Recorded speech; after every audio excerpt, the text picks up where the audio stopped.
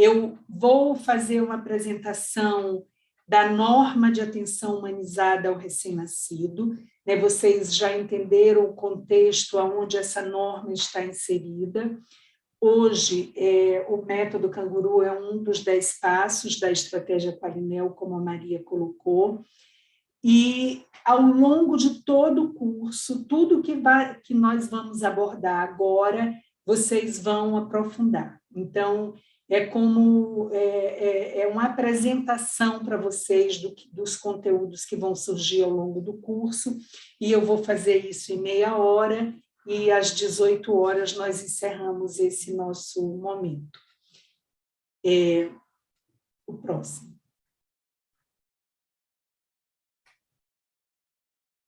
Muito bem, então eu quero começar deixando claro para todos os nossos alunos, muitos de vocês aqui já estão trabalhando com o método Canguru, mas nunca é demais reforçar que ele é uma política nacional de saúde que integra um conjunto de ações voltadas para a qualificação do cuidado ao recém-nascido, seus pais e sua família.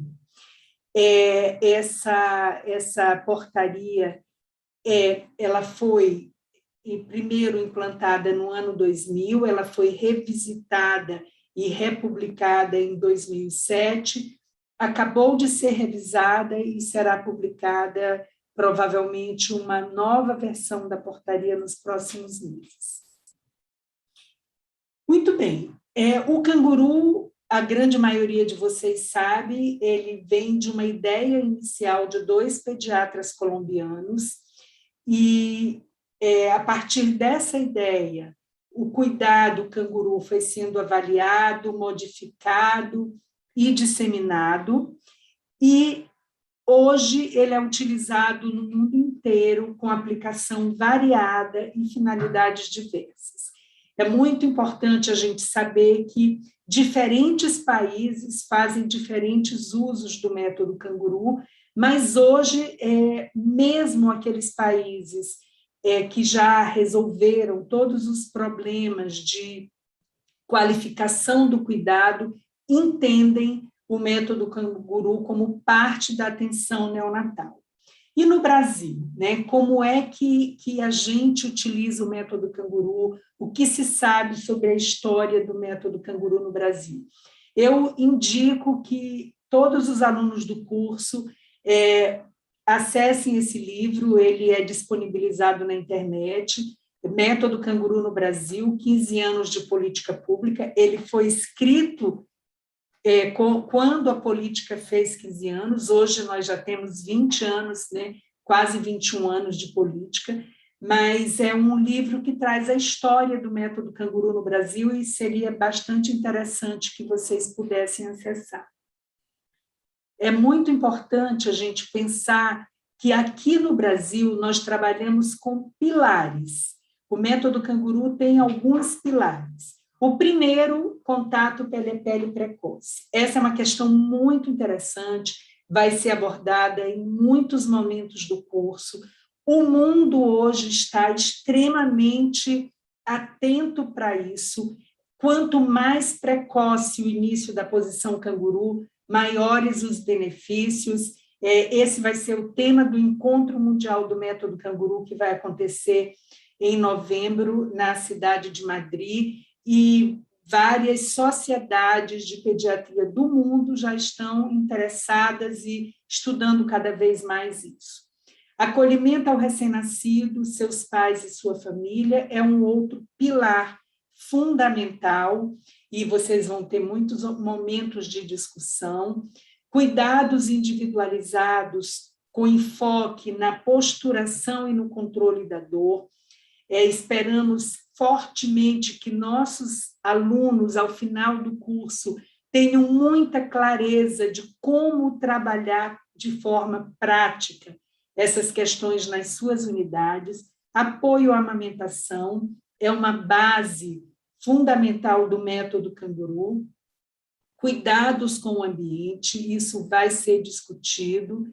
E cuidados também com os profissionais. Vocês viram que na apresentação do programa feita por Zaira, vocês identificaram todos esses temas e vocês vão ter momentos de aprofundar. Como conceitos básicos que eu trago para esta aula inaugural, eu tenho método canguru e posição canguru. É muito importante que vocês compreendam que são coisas diferentes, que o método canguru, ele é o modelo de atenção. É o modelo de atenção adotado pelo Brasil para o cuidado neonatal. Então, esse modelo é voltado para a qualificação e humanização do cuidado ao recém-nascido, seus pais e sua família, e envolve o contato pele a pele precoce e prolongado, reunindo estratégias de intervenção biopsicossocial e de cuidados com o ambiente. Então, esse é o conceito do método canguru, um conceito amplo que envolve todas as estratégias de cuidado do recém-nascido. A posição canguru é uma parte fundamental do método canguru, é um dos pilares, como eu coloquei para vocês, e consiste em manter o recém-nascido em contato pele a pele, decúbito prono, na posição vertical contra o peito da mãe ou do pai. O Brasil reforça muito essa ideia de que o contato canguru é para ser realizado com a mãe e com o pai, e vocês vão, ao longo do curso, entender claramente por quê. É muito importante, quando a gente pensa nesse conceito da posição canguru, a gente pensar para quem, né? Quem é o bebê que vai se beneficiar com a posição canguru? Então, hoje, sabemos que todos os recém-nascidos podem se beneficiar com essa posição, mas especialmente aqueles que nasceram com peso de nascimento menor que 2.500 gramas. Esses são aqueles que têm sido alvos principais das pesquisas e a gente considera que, como são os bebês com maior chance de agravamento durante a internação e de risco após a internação, são esses aqueles que a gente tem que dar mais atenção. Mas já se sabe que mesmo bebês a termo, hoje se beneficiam da posição canguru. Aonde podemos usar a posição canguru? Ela está muito associada com os bebês que estão na unidade neonatal, mas é importante a gente pensar que bebês que estão no apartamento, no quarto, na enfermaria, também podem se beneficiar. Se vocês pensarem hoje, né, nós temos alunos do Brasil todo, se cada um de vocês pensar hoje na sua unidade, quantos bebês menores de 2.500 estão no alojamento conjunto? Certamente muitos. E esses bebês precisam também se beneficiar do contato pele a pele. A gente espera que o cuidado seja ampliado para esses bebês. E também no domicílio, após a alta, ainda sob o leque do método canguru. E como? Essa é uma questão super importante. E aí, nesta pergunta, como a principal discussão, a primeira discussão é o tempo. É muito importante a gente pensar que, uma vez colocado em posição canguru, o bebê precisa de um tempo mínimo para se beneficiar, para relaxar, para ter um ciclo completo de sono profundo, que no pré-termo dura em torno de 50 minutos.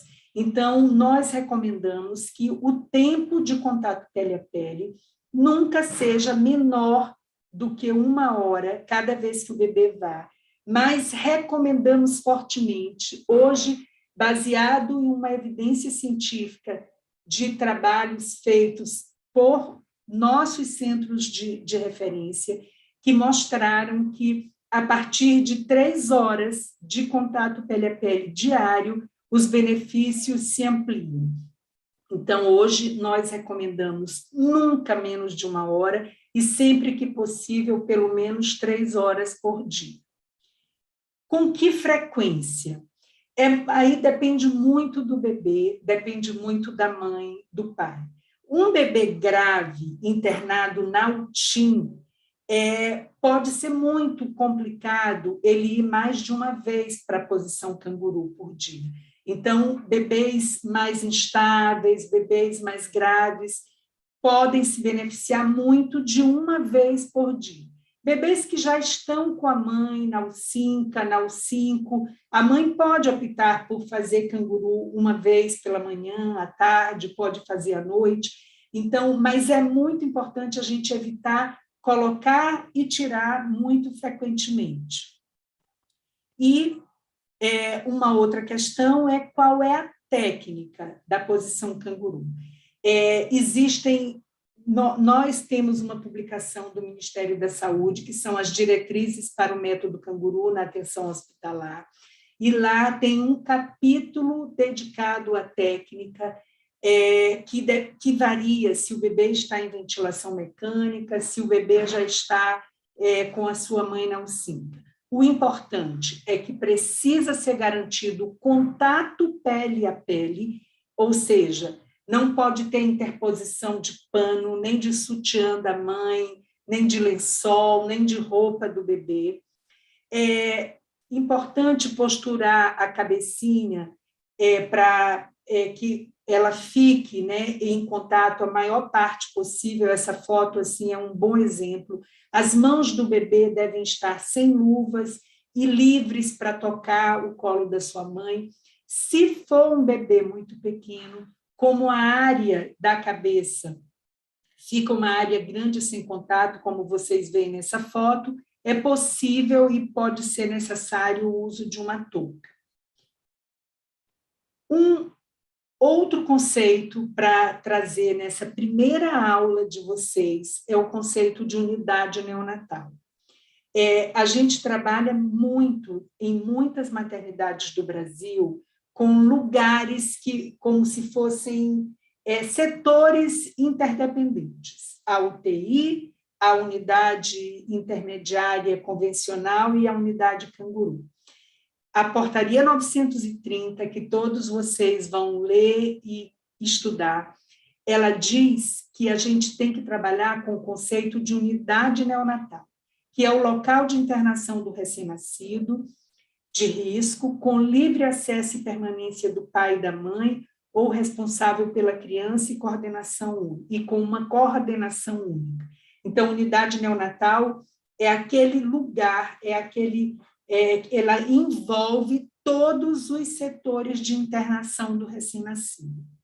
Então, a unidade neonatal, ela envolve a unidade de terapia intensiva neonatal e a unidade de cuidados intermediários neonatais, que, por sua vez, é dividida na unidade intermediária convencional, o 5, e na unidade intermediária canguru, o 5.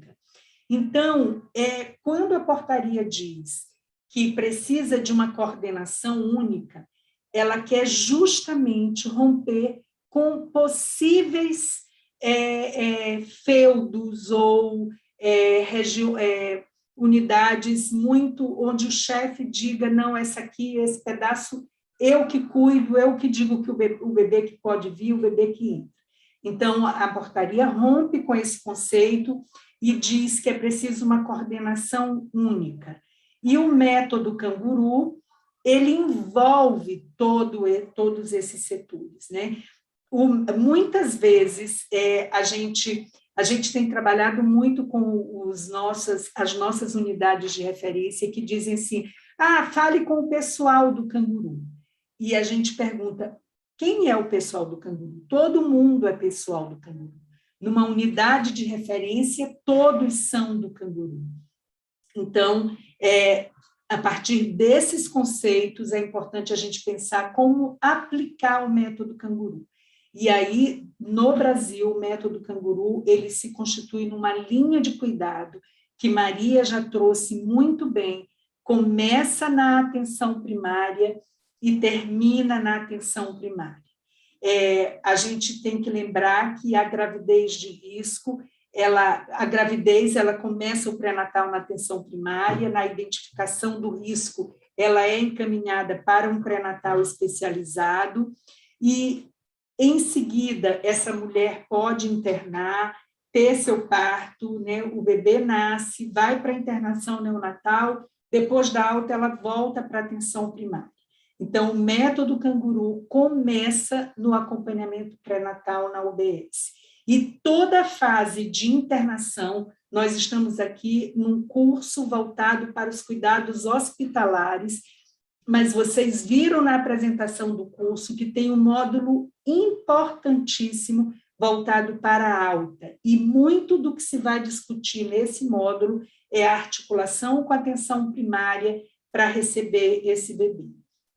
Então, nós temos 3 etapas do método canguru, vocês vão ter momentos específicos de discutir essas etapas, eu vou passar muito rapidamente. A primeira etapa envolve a UTI neonatal e a unidade intermediária convencional, mas podemos pensar, inclusive, que ela começa no pré-natal, na identificação de risco. A segunda etapa é a unidade intermediária canguru.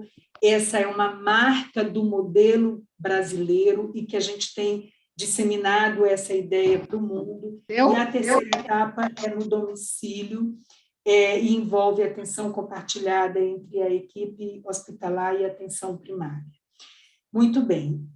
Muito rapidamente, a atenção primária garante a aplicação do método canguru. Eu só quis trazer para vocês que não adianta a gente achar que vai fazer o canguru quando o bebê for para o SINCA, porque já perdemos muito tempo. E é lá que a gente prepara a mãe para a segunda etapa. Todo o método depende do que se faz na primeira etapa. Então, eu quero destacar muito para vocês isso. O contato pele a pele deve acontecer o mais precocemente possível, a presença do pai deve ser incentivada. É muito importante cuidar do primeiro encontro do bebê com seus pais e cuidar do aleitamento materno desde a primeira etapa. Muito bem. Acolhimento à família é um dos pilares que eu já mostrei para vocês, então precisamos, esse momento pós-Covid, é um momento de retomar algumas experiências e atitudes e práticas que estavam um pouco em espera, mas já estamos no momento de retomada, guardando a segurança do paciente. É importante pensar nos critérios de elegibilidade do bebê da primeira para a segunda etapa, e que envolve a mãe e envolve o bebê. Do ponto de vista da mãe, é preciso que ela tenha recebido a alta hospitalar, porque ela deixa de ser paciente e ela passa a ser a acompanhante do bebê. É preciso que essa mãe não tenha doenças infecciosas, e aqui agora a gente destaca a COVID. É importante o desejo de participar, disponibilidade de tempo e rede de apoio, que são trabalhadas durante a primeira etapa, e vocês vão ter momentos muito especiais para discutir isso. E é também preciso que essa mãe tenha aprendido a cuidar do seu bebê e tenha capacidade de reconhecimento dos seus sinais de risco. Do ponto de vista do recém-nascido, os desafios, os critérios são estabilidade clínica, nutrição enteral plena, peso mínimo de 1.250 gramas, destacando que o uso de sonda, medicações, oxigênio inalatório não contraindicam a segunda etapa. E é fundamental isso, porque muitas vezes as maternidades fazem restrições para além das normas, dos critérios do Ministério, e esses critérios são baseados em evidências científicas, então eles precisam ser seguidos. O melhor lugar do bebê é na USINCA, ao lado de sua mãe. Gostaríamos de começar isso sempre o mais precocemente possível. Então, a USINCA vai preparar os pais para a terceira etapa, ela garante a permanência contínua da mãe com o seu bebê, continua o estímulo à presença do pai, A posição canguru aqui deve ser realizada o maior tempo possível, e a mãe vai cada vez mais participando dos cuidados do bebê para se preparar para a alta. E nesta etapa deve ser intensificada a articulação com a atenção primária em saúde. É importante a gente pensar que a segunda etapa ela é uma unidade intermediária. A portaria 930 ela garante duas questões fundamentais. O primeiro é que pai e mãe não são visitas. E o segundo é que a USINCA não é uma enfermaria. Então, não podemos associar o USINCA com enfermaria. Enfermaria é o alojamento conjunto, a USINCA é uma unidade intermediária e, portanto, ela tem uma ambiência específica baseada na 930.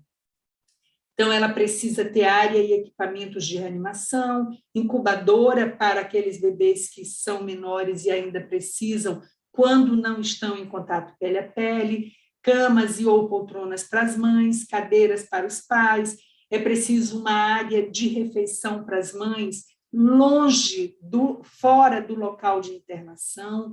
A mãe não é paciente, a alimentação da mãe não pode entrar na USINCA, porque em uma unidade intermediária você não tem circulação de alimentação, porque pode propiciar vetores. Então, é preciso pensar sempre nisso, e a mãe precisa de uma área de conforto, de banheiro e lavanderia. Então, a USINCA vai preparando pai e mãe para o momento de casa, até que esse bebê entre nos critérios de elegibilidade para a terceira etapa. Então, o que são esses critérios quando a gente pensa nos pais e na família? Mãe bem orientada, segura e motivada, compromisso dos pais de realizarem a posição canguru em casa, isso é importantíssimo, familiares conscientes e a garantia de retorno à unidade sempre que necessário. Do ponto de vista da criança, ela precisa estar em sucção exclusiva ao seio, com raras exceções. A gente sabe que podem existir bebês que não estejam, mas nós precisamos ampliar as altas em aleitamento materno exclusivo. Ganho de peso adequado nos 3 últimos dias anteriores à alta e peso maior que 1.600 gramas. São critérios importantes que precisam ser acompanhados, e a terceira etapa, portanto, tem o papel de identificar e reforçar as redes de apoio familiares e sociais, avós, outros familiares, amigos, comunidades e o próprio serviço de saúde. A UBS e a atenção hospitalar podem funcionar e funcionam como importantes redes de apoio. Então, a equipe deve estar atenta para a identificação sempre das situações de risco e garantir uma agenda aberta para o caso de retorno. A terceira etapa, ela tem toda uma estrutura de frequência de consulta, de parceria do hospital com a atenção primária, que vocês vão ter um módulo específico, especialmente quando forem discutir a alta, para trabalhar essa etapa. Até quando ela deve durar, né? Até quando o bebê fica no leque do método canguru? Até atingir 2,5 kg e 40 semanas de idade gestacional corrigida. E após isso, o bebê vai receber alta do método canguru e vai ser encaminhado para o ambulatório de segmento especializado, de acordo com as normas do Ministério, mantendo o acompanhamento sempre com atenção primária. Então, já finalizando, quais são as vantagens do método canguru? Todas essas vantagens, para cada uma delas, nós temos muitas evidências nível A da Cochrane, e que vocês vão ter a oportunidade de receber esse material durante todo o curso. Então, reduz o tempo de separação entre o recém-nascido e seus pais, facilita o processo interativo pai, mãe, bebê e o vínculo afetivo familiar, possibilita maior confiança e competência dos pais no cuidado com os filhos, melhora o desenvolvimento do bebê, estimula o aleitamento materno, favorece controle térmico, reduz infecção, reduz estresse e dor, melhora a comunicação da família com a equipe de saúde. Gente, o resultado de tudo isso é redução da mortalidade e garantia de um bom desenvolvimento para esse recém-nascido. Então, assim, eu teria 3 questões, né, que são as questões que nos acompanham e nos sustentam. O método canguru é seguro? Sim, é seguro. Temos muitas evidências mostrando isso. Ele tem bons resultados? Sim. Além de ser seguro, de não causar nenhum risco quando bem indicado e conduzido, ele traz excelentes resultados, garantindo um melhor desenvolvimento do bebê, menor morbidade, menor taxas de reinternação, menos morbidade e adoecimento e menor mortalidade. Além disso, ele reduz custos. Então, é fundamental que essa estratégia seja implementada e é o que a gente espera com esse curso. Né? Qual é o tripé que pode manter vivo um bebê após a alta? Então, nós sabemos que é o cuidado, o aleitamento materno e o vínculo. E o método canguru garante tudo isso para o bebê. Então, finalizando essa aula de hoje, eu trago para vocês os nossos desafios. Assim, apesar de todo o trabalho de mais de 20 anos do Ministério da Saúde, nós ainda temos muitos desafios a superar. E este curso, os cursos, na verdade, que estão sendo disponibilizados a partir do Qualinel, tem como meta que nós possamos vencer esses desafios. O primeiro desafio é a participação da mãe. Ainda hoje, por incrível que pareça, muitas maternidades dizem que as mães não querem participar.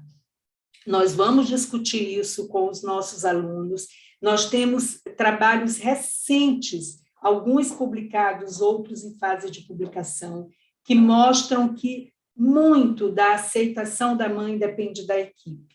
Então, nós precisamos trabalhar nossas equipes, o momento certo de informar, a forma certa de informar, para que essas mães possam cada vez participar mais e, é óbvio, dar todo o apoio psicológico e emocional que elas precisam.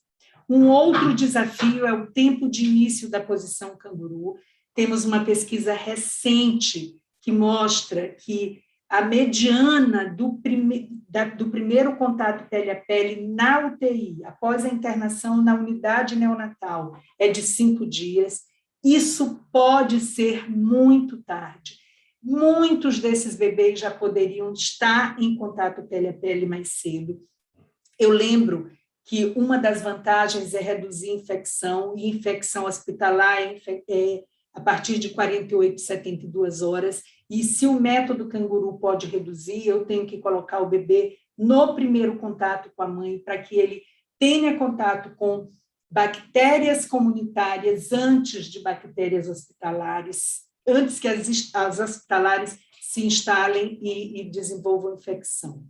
Outro desafio é o tempo de horas do método canguru, que precisamos garantir pelo menos 3 horas por dia. A posição canguru na terceira etapa ainda é um desafio, temos ainda pouca adesão dos pais no domicílio. E o último desafio é o monitoramento de dados, porque é conhecendo os nossos dados que nós vamos poder mudar os nossos. Então, nós esperamos muito que vocês, alunos deste curso de capacitação, possam nos ajudar a superar esses desafios.